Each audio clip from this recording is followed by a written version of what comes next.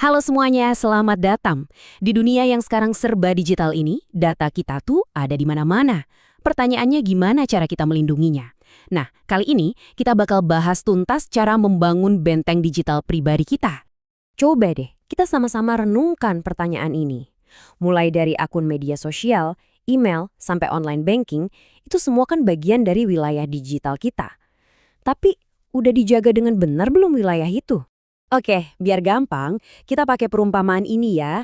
Anggap aja semua data penting kita itu adalah sebuah kastil. Nah, setiap elemen keamanan digital yang akan kita bahas ini adalah lapisan pertahanan untuk kastil itu. Yuk kita bangun sama-sama, lapis demi lapis. Lapisan pertahanan paling luar, kita sebut aja parit tak kasat mata. Inilah yang namanya enskripsi.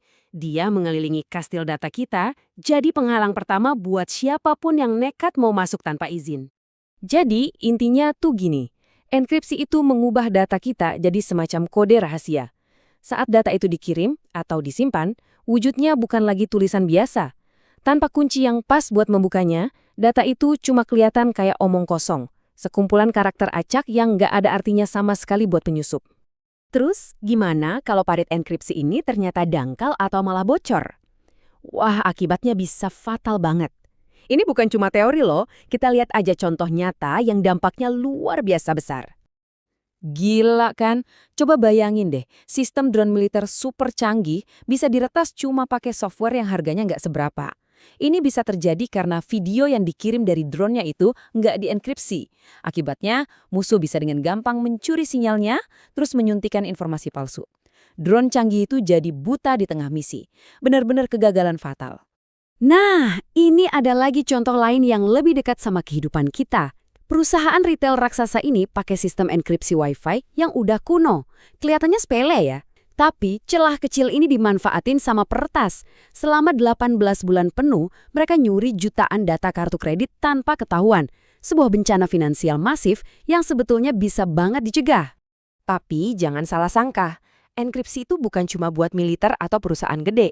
Kita semua pakai ini setiap hari kok. Misalnya di aplikasi kayak WhatsApp yang punya enkripsi end-to-end, atau waktu kita lihat icon gembok HTTPS di browser pas buka website. Ini juga jadi pengingat penting. Hati-hati banget ya kalau pakai Wi-Fi publik. Kalau koneksinya nggak dienkripsi, data kita itu ibarat surat yang kebuka. Siapa aja di jaringan yang sama bisa ngintip. Oke, parit udah beres. Sekarang, kastilnya butuh penjaga di gerbang dong. Nah, disinilah peran antivirus dan kebijakan aplikasi terpercaya. Tugas mereka adalah melindungi sistem dari dalam, dari software-software jahat yang coba menyusup masuk. Terus, gimana sih cara kerja para penjaga ini? Ada dua cara utama. Pertama, mereka punya semacam buku daftar buronan. Jadi, mereka bakal nge-scan file-file yang ada dan nyocokin sama daftar tanda tangan virus yang udah dikenal. Kedua, mereka juga patroli, ngawasin perilaku program yang aneh. Kalau tiba-tiba ada program yang coba ngubah file sistem tanpa izin, antivirus bakal langsung bunyiin alarm. Tapi ada lagi lapisan perlindungan lainnya yang sekarang makin umum. Sistem operasi modern kayak di iPhone atau Android sekarang juga bertindak jadi penjaga gerbang yang super ketat. Mereka pada dasarnya cuma ngasih izin buat aplikasi dari sumber resmi dan terpercaya buat jalan di perangkat kita. Nah, ini nih yang penting banget buat dipahami. Selalu ada harga yang harus dibayar antara keamanan dan kenyamanan. Coba lihat perbandingan ini. iPhone standar itu keamanannya tinggi banget karena aplikasinya cuma boleh dari App Store resmi. Di sisi lain, iPhone yang di jailbreak ngasih kita fleksibilitas lebih. Tapi dengan membuka gerbang itu, risikonya kena virus juga jadi jauh lebih tinggi. Ini pilihan klasik. Parit udah ada, penjaga udah siaga. Nah, sekarang kita masuk ke lapisan terakhir. Dan ini mungkin yang paling personal. Kunci buat masuk ke kastil itu sendiri. Inilah yang kita sebut otentikasi. Intinya adalah membuktikan kalau kamu, ya beneran kamu. Kunci buat masuk ini juga berevolusi loh seiring waktu. Dulu, kita cuma ngandelin kata sandi sederhana yang gampang banget ditebak. Sekarang, kita udah pakai sesuatu yang unik dari diri kita, kayak sidik jari atau wajah. Tapi, standar emas keamanan masa depan adalah gabungan dari beberapa jenis kunci. Dan inilah dia standar emas keamanan saat ini.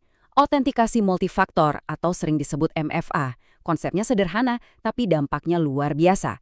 Intinya, buat bisa masuk, kamu nggak cuma butuh satu kunci, tapi minimal 2 kunci dari kategori yang beda. Ini bikin kerjaan peretas jadi jauh lebih susah. Nah, biar lebih kebayang, MFA itu dasarnya ngegabungin 3 jenis kunci. Pertama, ada sesuatu yang kamu tahu, ya contohnya password atau PIN. Kedua, sesuatu tentang diri kamu. Ini biometrik, kayak sidik jari atau wajah.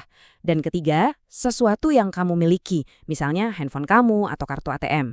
MFA yang benar-benar kuat itu selalu menggabungkan setidaknya 2 dari 3 kategori ini. Dan tahu nggak, sebenarnya kita udah sering banget pakai MFA tanpa sadar. Waktu kita ke ATM, kita kan pakai kartu yang kita miliki dan masukin PIN yang kita tahu.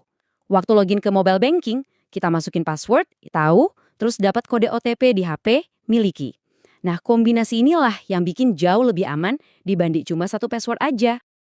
Oke, setelah kita bangun semua lapisan ini, dari parit sampai kunci, ada satu kesimpulan penting.